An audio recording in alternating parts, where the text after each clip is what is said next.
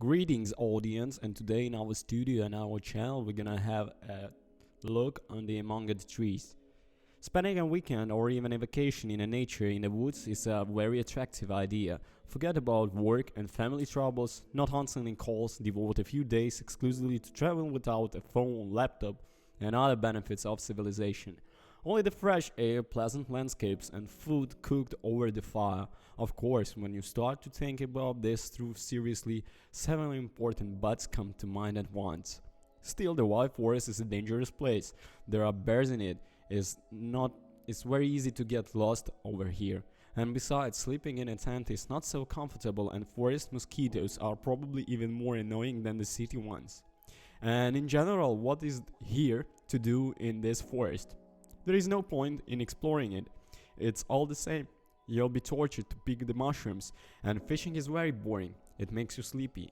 And in the end, for many the dreams of staying for a few days is their wellness never come true, because you want to get into ideal forest and not just go and hike, where the opportunity to breathe fresh air and admire the views you will have to put up with a number of inconveniences. To get to the nature, remaining in the comfort zone, today allow games, from hunting and fishing simulators to some RDR2. Most of all this, of course, is among survival simulators, but peculiarity of the forest, the long dark and the like is that the entire gameplay is based precisely on the search for food, medicine and lodging, while admiring the sunsets and other calming opportunities remain in the background. Among trees develops to go from the opposite direction. It has all the standard mechanics of survival gen: hunger, sleep and trauma system, farming, fishing and crafting, but each element aims to create a pleasant atmosphere and a sense of relaxation while removing the stress that usually occurs from high complexity. Standard mechanics.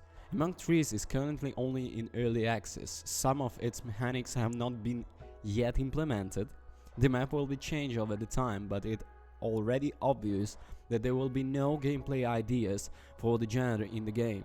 The standard character parameters tells you how often you need to eat, sleep, and how long you can swim in the river or the walk until you freeze. Crafting is primitive, resources are few, and the map itself is not very diverse. There is no plot or at least some kind of connection at the moment, although the story mode is promised to be added the winter.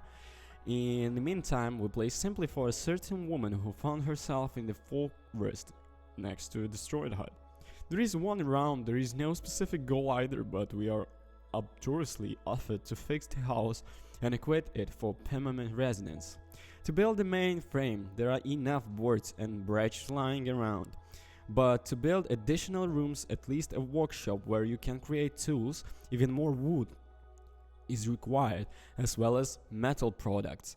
Both have been looked in the ruins of some towers, or perhaps tower is not yet clear with it. There are more than a dozen such zones of the entire map, and you can find them wire, nails, rags, and the like. Having collected a sufficient amount of junk, you can already erect a workshop. Then the first floor can be supplemented with a kitchen and a greenhouse. Turnips and beets grow there, and the second floor is allowed to be converted into a storage and viewing workshop, where you can make new clothes and backpacks. Each extension requires new resources that must be looked for through the map.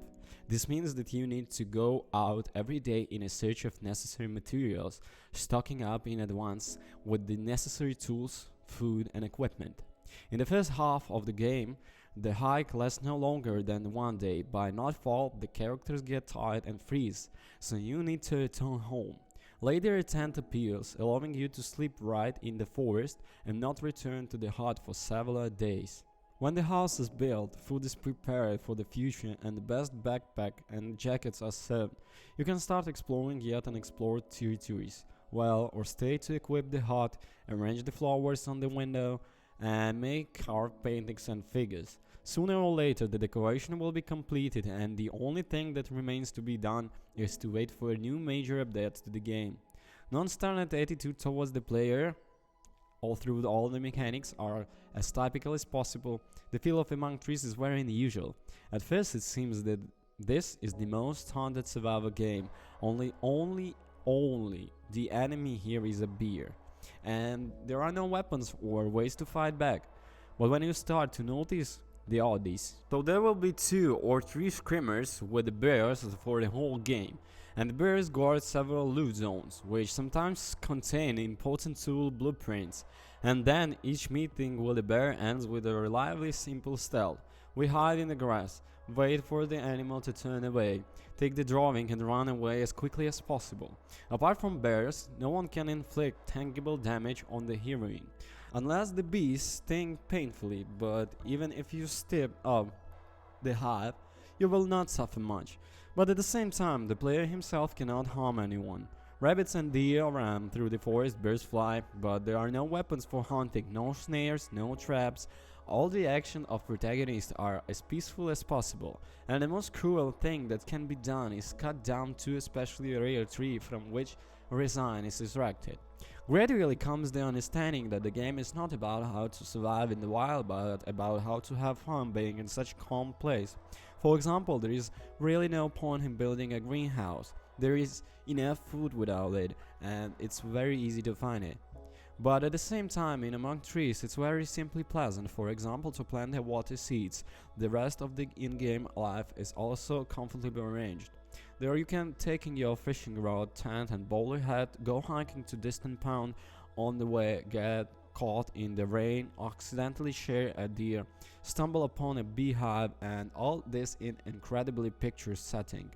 The world around is quite alive due to rabbits, deers and birds, and the basis of the visual style is a combination of orange-blue shades is simple but effective.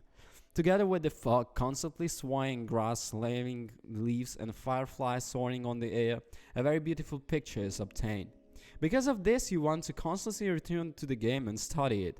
There are no biomes as such as the forest in almost the same everywhere, but every time you rejoice when you find new places, some beautifully located waterfalls, or for example a forest hidden between the rocks. The only noticeable disadvantage of the game today is the early access status. Technically among the trees works well. There are some rough edges like disable anti-aliasing, sometimes filling through the textures of objects, and lack of support for the gamepads. But in general, bugs are rare and the optimization juggling by the reviews is performed at an acceptable level. The main problem is that there is too little content in the game so far. The current alpha version is passed at most in 15 hours, after which there is nothing more to do in Among Trees. No matter how meditative and pleasant it is, there's simply no point in returning to it after the whole map has been opened. In the fall, developers plan to add a pet system and a breathing, and the first iteration of the story mode, big peeping and many game improvements are expected only for the winter. But even with such a list of improvements on the exciting map, is difficult to scratch the gameplay longer than the conditional 20 hours. It is advisable to wait for a full release. Thank you so much for watching review. All the links in the description. Bye bye.